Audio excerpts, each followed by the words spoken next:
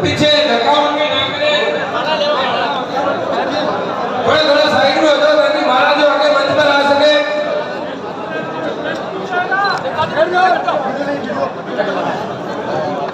जिलाध्यक्ष जी से निवेदन है कृपया आप भी आगे आ जाए। जिलाध्यक्ष जी सर्वपाल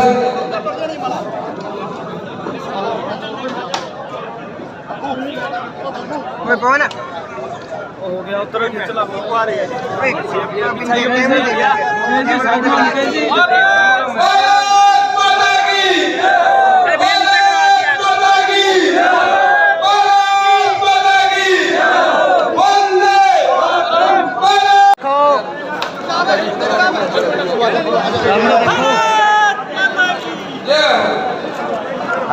हमारे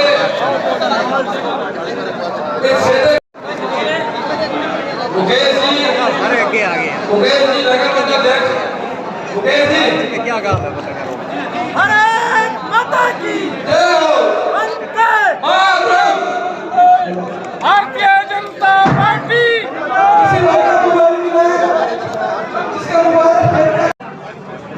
विशेष रूप से सांसद कर्नल राजवर्धन सिंह जी राठौड़ साहब, हमारे पूर्व मंत्री भाई निहाल चंद जी, हमारे पूर्व मंत्री संभाग के प्रभारी सियान चौधरी जी और यहाँ के विधायक संतोष जी और मंच पर बैठे हुए सभी भारतीय जनता पार्टी के पदाधिकारीगण और सामने बैठे हुए दूर दराज से आए हुए हमारे किसान भाइयों, मेरी मातृशक्ति पत्रकार बंधु, आज आपको पता है कि राजस्थान के अंदर कांग्रेस की सरकार है और इस कांग्रेस की सरकार के अंदर जनता और किसान त्राहिमाम है। किसानों को नहरों में पानी नहीं मिल रहा है। आपने देखा होगा कि हमारी आईजीएलपी का क्या हाल है, गंग नहर का क्या हाल है। आज किसान त्राही कर रहा है लेकिन किसानों को पानी नहीं मिल रहा है। हम सब लोगों ने भारतीय जनता पार्टी के बैनर तले जिला हेडक्वार्टर पे धरने किए, प्रदर्शन किए। हमने पंजाब से भी बात करी, अधिकारियों से भी बात करी, लेकिन सरकार की तरफ से कोई जवाब नहीं है। इन्होंने 5 साल के अंदर एक भी रेगुलेशन सही बना करके नहीं दिया। इसका जवाब देने के लिए आज ये जनता तैयार है। मैं आपको ये कहना चाहती हूँ कि हमारे केंद्र के अंदर हमारे नरेंद्र जी मोदी जी की जो भी योजनाएं हैं वो इतनी अच्छी योजनाएं हैं कि जनता को सीधा लाभ मिल रहा है। लेकिन ये हमारा राजस्थान है, यहाँ पे उन योजनाओं को ठंडे बस्ते में डालने का काम ऐसा गहलोत कर रहा है। कोई भी योजना का लाभ जनता तक नहीं पहुँच रहा है। वो सोचते हैं कि मोदी जी की योजना अगर जनता तक पहुँच गई तो फिर से कमल खिलेगा। लेकिन गहलोत जी, मैं ये कहना चाहती हूँ कि यहाँ से कमल तो खिलेगा ही, आप चाहे कितना ही जोर लगा लो, यहाँ पे राजस्थान में परिवर्तन होके रहेगा। ये सारी जनता तैयार है। मैं ज्यादा कुछ न कहते हुए, आप सब इतनी बड़ी संख्या के अंदर यहाँ पधारे हो, आपको बहुत बहुत धन्यवाद। जय हिंद, जय भारत। धन्यवाद।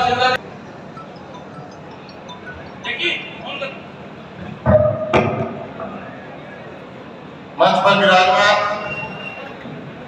भारत की सबसे बड़ी पंचायत के प्रतिनिधि, जयपुर ग्रामीण के सांसद, भारतीय जनता पार्टी के राष्ट्रीय प्रवक्ता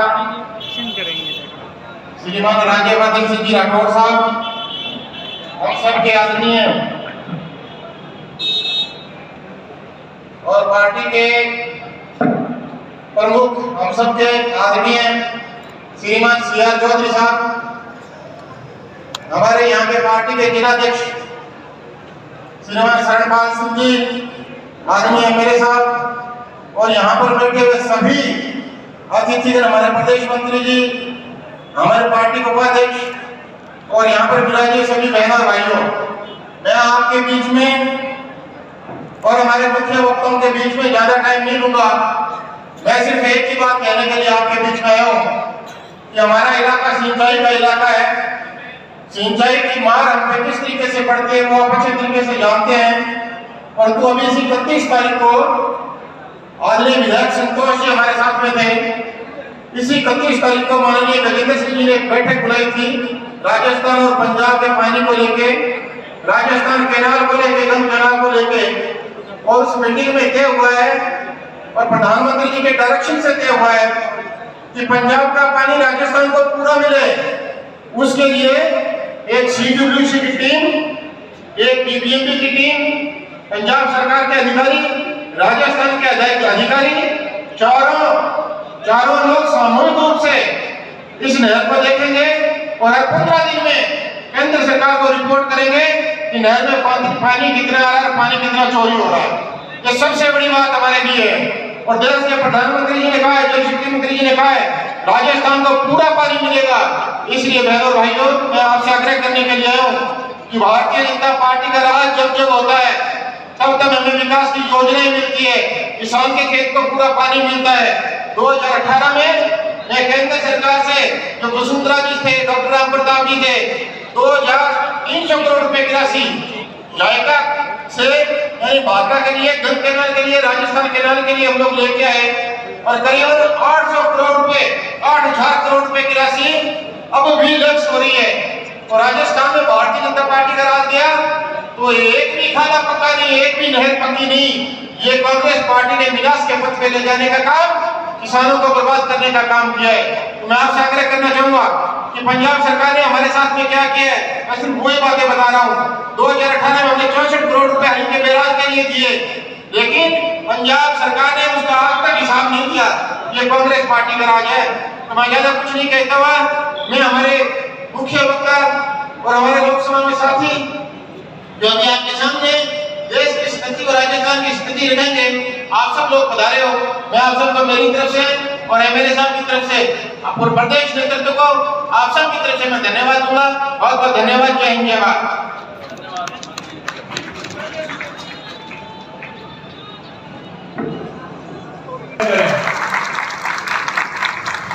धन्यवाद श्रवण जी।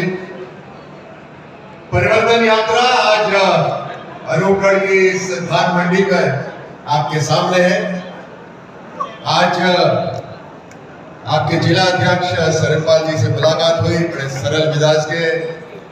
आपके इस परिवर्तन यात्रा के जो संयोजक है और हमारे पुराने संसद में साथी, हमारे मंत्री, पूर्व मंत्री CR चौधरी साहब यहाँ पे मौजूद हैं। सह संयोजक ये दूसरी बार हो गया, श्रवण बगरी जी यहाँ पर है। संतोष बाबरी जी यहाँ के विधायक, मेरे साथी पूर्व मंत्री नालचंद जी, शिमला बाबरी जी पूर्व विधायक, प्रियंका बेलान जी चेयरमैन, महेंद्र सोडी जी, पवन दुग्गल जी पूर्व विधायक, मोहनदास नायक जी, नरसिंह नायक जी, RL नायक जी, अविनाश डाबी जी, यहाँ पे मौजूद सभी पार्षदगण, सभी मंडल अध्यक्ष, मंचासीन, सभी हमारे पार्टी के साथीगण, सामने बैठे पार्टी के सभी कार्यकर्ता, सभी अनूपगढ़ के बुजुर्गजन, माताएं, बहनें, सबसे पहले तो इतनी लंबी देर से आपने इस परिवर्तन यात्रा का इंतजार करा, इतने भव्य रूप से आपने स्वागत करा। आप सबको हमारा प्रणाम, हमारा नमस्कार, बहुत बहुत धन्यवाद। अत्यंत खुशी है मुझे आप सबके बीच में आने में। इस परिवर्तन यात्रा और खास तौर से जो आपने मन बना लिया है परिवर्तन का, उसको देखने, उसको महसूस करने, आपसे बातचीत करने, आपसे मुलाकात करने, यहाँ पर आने का मुझे जो अवसर मिला, खास तौर से इसलिए क्योंकि आपसे ज्यादा दूर नहीं है मेरा गांव, मेरा नजदीक यहाँ पर नूरकरसम तहसील के अंदर कारमदेसर गांव है मेरा। और यहाँ पर आपसे कई बार मैं अनूपगढ़ आया हूँ, लेकिन इस बार भारतीय जनता पार्टी के कार्यक्रम में मुझे यहाँ आने का अवसर मिला। आप सब मेहनत करते हैं, अपने परिवार को आगे बढ़ाने के लिए दिन रात परिश्रम करते हैं। और आज इस देश में एक बेटा प्रधानमंत्री के रूप में, प्रधानमंत्री नरेंद्र मोदी इस देश को पूरी तरह से आगे बढ़ा रहे हैं। देश और दुनिया के अंदर भारत का परचम लहरा रहा है। ये आप और मेरे लिए गर्व की बात है। मैं जानता हूं कि आप इस बात को महसूस भी करते होंगे कि पिछले 9 साल के अंदर किस तेज गति से भारत का विकास हुआ है। घर घर तक देश की जो योजनाएं हैं, भारत का जो पैसा है वो पहुंच रहा है। हमारा सीना गर्व से चौड़ा हो जाता है जब भी भारत की बात होती है, और ये मात्र पिछले 9 साल के हुआ है। इस 9 साल के अंदर इतना परिवर्तन आ गया। आप सोचिए, अगर इस तरह की लीडरशिप शुरुआत से भारत में होती तो आज भारत का नाम कहां से कहां होता। मैंने पिछले अपने भाषणों में भी कहा था कि हम बचपन में किताबों में पढ़ते थे कि सोने की चिड़िया होती थी भारत। अब कब तक हमारे बच्चे इस किताब के अंदर ही पढ़ते रहेंगे कि सोने की चिड़िया होती थी भारत। मुझे लगता है अब ये समय आ गया है कि हम वापस से अपने जीते जी इस देश को वापस से सोने की चिड़िया बना दे। हमारे सामने ये सब संभव हो, ये हमारे लिए सौभाग्य की बात है। देखिए, आप और हम, मैं इस बात से आपको बतलाता हूं कि जो हमसे पहले जो पीढ़ी थी, उस पीढ़ी को एक दूसरा भारत देखने को मिला। जो नया भारत हम देख रहे हैं वो पिछली पीढ़ी को देखने को नहीं मिला। जो आने वाली पीढ़ी है, जो युवा पीढ़ी है, उस युवा पीढ़ी को एक नया भारत तोहफे में मिलेगा। लेकिन ये नया भारत बनाएगा कौन? ये नया भारत आप और हम मिलकर बनाएंगे। ये हमारे लिए सौभाग्य की बात है कि एक ही जीवन है और उस एक जीवन के अंदर हम इस धरती पर चल रहे हैं, और हमारे साथ चल रहा है दुनिया का सबसे तगड़ा, सबसे मजबूत लीडर जो भारत के प्रधानमंत्री है। ये हमारे लिए सौभाग्य की बात है कि हम सब साथ चल रहे हैं, एक साथ हम पैदा हुए, एक साथ हम भारत को बना रहे हैं। हर योद्धा को उस देश की, अपने देश के लिए लड़ने के लिए जब मौका मिलता है, उस योद्धा के लिए एक बहुत स्वर्णिम अवसर होता है। उसी तरह से आप और हमको जो नया भारत बनाने का मौका मिल रहा है, ये हमारे लिए स्वर्णिम अवसर है। इसमें आप जो सब मेरे सामने बैठे हैं, किसान भाई, चाहे व्यापारी हो, आप जो मेहनत करते हैं, आप जो कमाई करते हैं, उससे देश का विकास हो रहा है। आपको इस बात का गर्व होगा कि आपका एक एक कमाया हुआ पैसा चोरी नहीं होगा। उस एक एक पैसे से एक गरीब महिला, एक वंचित पीड़ित परिवार को आगे बढ़ने का मौका मिलता है। आपने वो सुना था, कांग्रेस के ही प्रधानमंत्री थे जिन्होंने कहा था, लाचार होकर कहा था कि मैं तो बेचता हूं, 1 रुपए बेचता हूं, केवल 15 पैसे पहुंचते हैं। 85 पैसे चोरी हो रहे थे। वो राजीव गांधी अपना कार्यकाल खत्म करके गए, उसके बाद नरसिम्हा राव आए, अपना कार्यकाल खत्म करा, मनमोहन जी आए, 10 साल उन्होंने खत्म करे, लेकिन वो 85 पैसे जो चोरी हो रहे थे वो उतने ही रहे। उन 85 पैसे चोरी को कोई एक भी प्रधानमंत्री ने कदम नहीं उठाया। आप और हमारे लिए गर्व की बात है कि हमारे प्रधानमंत्री जी ने, इस देश के प्रधानमंत्री जी ने जो कदम उठाए, आज दुनिया आकर पूछती है उनसे कि आपने कैसे करा, ये चोरी चकारी जो होती थी ये कैसे बंद करा। वो जानना चाहते हैं कि जनधन खाते जो खोले गए कैसे खोले गए, ये जो आधार कार्ड बन रहे हैं वो कैसे बन रहे हैं, मोबाइल को आधार से, जनधन से जो जोड़ा गया है वो कैसे जोड़ा गया है। दूसरे देश हमसे पूछते हैं कि आपने ये कैसा करा है। ये हमारे लिए गर्व की बात है कि जितनी भी चोरी चकारी होती थी वो सारा आज बंद हो गया। आज जब भारत का तिरंगा अब अपने सीने पे लगाते हैं, अपने घर पे लहराते हैं, अपने हाथ में पकड़ते हैं, तो उसमें हमें गर्व होता है कि आज वो भारत के तिरंगे की ताकत इतनी बढ़ गई है। मुझे याद है जब यूक्रेन रशिया का युद्ध हो रहा था, 2000 किलोमीटर दूर युद्ध हो रहा था, लेकिन उसके बावजूद भी जिस भी गाड़ी के ऊपर तिरंगा लग जाता था वहां युद्ध विराम हो जाता था। ये ताकत है अपने तिरंगे की। चाहे अफगानिस्तान हो, चाहे सीरिया हो, वहां से भारत के नागरिक किसी भी खतरे में होते थे, उन्हें बाहर निकाल के वापस भारत लाया जाता था। ये भारत की ताकत है। आज दुनिया कोई भी निर्णय लेती है उससे पहले भारत से पूछती है कि भारत की मर्जी क्या है इसके अंदर। मैं किसान भाइयों को याद दिलाना चाहता हूं कि भारत पहले जब ट्रेड एग्रीमेंट करता था तो दूसरे देशों के दबाव में आ जाता था, लेकिन आज भारत की ताकत इतनी है, चाहे अमेरिका के साथ बात कर रहा हो भारत, या किसी भी एशिया के देश से बात कर रहा हो, तो अपने किसान भाइयों की जो जरूरतें हैं वो प्राथमिकता से रखी जाती है और दूसरे देश उसको मानने के लिए बाध्य हो जाते हैं। ये भारत की ताकत है। हमारे युवा जिस तरह से उनको अवसर मिल रहा है आगे बढ़ने का, वो अपने आप में एक इतिहास रच रहे हैं। वही राजस्थान में आप देखिए क्या हो रहा है। 40 लाख युवा अपने आप जो इम्तिहान दे रहे हैं, जो पेपर देने गए वो पेपर नहीं दे पा रहे, पेपर लीक हो रहा है। इन्होंने एक पेपर इंडस्ट्री चालू कर दी है कि आप पैसे दो और पेपर लो। क्या एक ही परिवार के अंदर इतनी बुद्धि आ गई है कि वो पूरा आरएएस का इम्तिहान पास कर ले? मैं आपसे पूछना चाहता हूं, क्या एक ही परिवार में इतनी बुद्धि आ गई है कि आरएएस का इम्तिहान पास कर ले?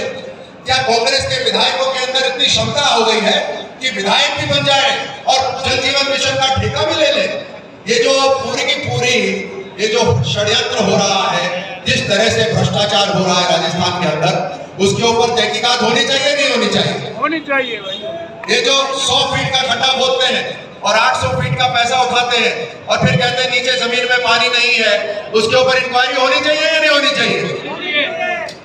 ये जो जहां पर टंकी बना देते हैं और उसमें पानी का कनेक्शन नहीं देते और फिर उंगली उठाते हैं प्रधानमंत्री मोदी जी की तरफ, मुझे बताइए इसके ऊपर इंक्वायरी होनी चाहिए नहीं होनी चाहिए? लगातार पूरे भारत के अंदर प्रगति हो रही है। हर घर नल से जल पहुंच रहा है। गोवा में पहुंच गया, मध्य प्रदेश में पहुंच गया, गुजरात में पहुंच गया, लेकिन राजस्थान जहां पर जल जीवन मिशन हर घर तक पहुंच जाना चाहिए, वहां पर अभी तक नहीं हुआ। एक दिशा की बैठक में मैं गया, उस बैठक के अंदर प्रेजेंटेशन दे रही इस कांग्रेस की सरकार के अधिकारी बोलते 33% काम पूरा हो गया। मैंने कहा कितने सरपंच हैं जिन्होंने इसके ऊपर हस्ताक्षर कर लिया और इसको स्वीकार कर लिया? तो बोलते साहब वो तो एक ने भी नहीं करा। मैंने कहा ये सारा फर्जीवाड़ा है। फिर अब दिशा की बैठक कलेक्ट्रेट में नहीं, मैंने कहा पंचायत समिति के अंदर होगी और पंचायत समितियों के अंदर जब बैठक हुई तो आप जानते हैं वहां सारे सरपंच मौजूद थे, सारे वहां पंचायत समिति के सदस्य मौजूद थे। एक भी गांव में काम नहीं हुआ था। इन अधिकारियों के कपड़े फाड़ने वाली हालत हो गई। ये असलियत है राजस्थान की, जहां घर घर जल जीवन मिशन जो पहुंचाना था। 29,000 करोड़ रुपए प्रधानमंत्री मोदी जी ने राजस्थान के पास भेज दिए, मगर मात्र 7 से 8,000 करोड़ ही खर्च हुए अभी तक। उसके अंदर भी घोटाला हो गया। खनन माफिया, इनके खुद के विधायक बोलते हैं, इनके खुद के मंत्री बोलते हैं कि खनन माफिया का सरगना तो कांग्रेस सरकार के अंदर मंत्री बना हुआ है। आपने देखा किस तरह से असंवेदनशील भाषा है इनकी। क्या राजस्थान एक ऐसा प्रदेश है जहां दुष्कर्म नंबर 1 होना चाहिए? मुझे आप बताइए, राजस्थान जैसा स्वाभिमानी प्रदेश, क्या ये प्रदेश ऐसा होना चाहिए जहां दुष्कर्म में नंबर 1 हो?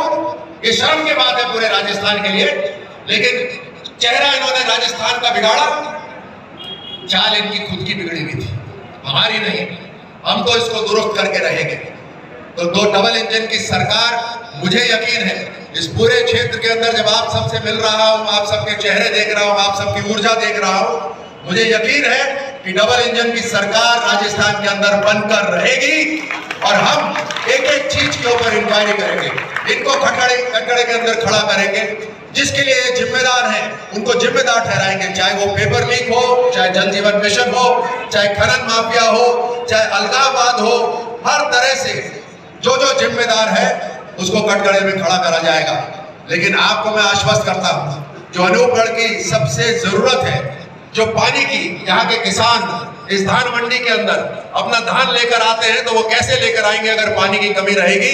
पंजाब सरकार को बिठाकर राजस्थान सरकार को बात करना चाहिए और जो केंद्र सरकार ने नियम लागू करे उन नियमों को पूरा का पूरी तरह से क्रियान्वित करवाना चाहिए। मैं आपको यकीन दिलाता हूं कि भारतीय जनता पार्टी की सरकार यहाँ पर डबल इंजन की जब सरकार बनेगी केंद्र में और यहाँ पर, इस बात को निश्चित करेंगे कि अनूपगढ़ के अंदर दोनों आपकी जो राजस्थान केनाल है और गंग केनाल है, दोनों के अंदर पर्याप्त पानी अनूपगढ़ को मिले ताकि यहाँ के किसान भाइयों को पूरी राहत मिल सके।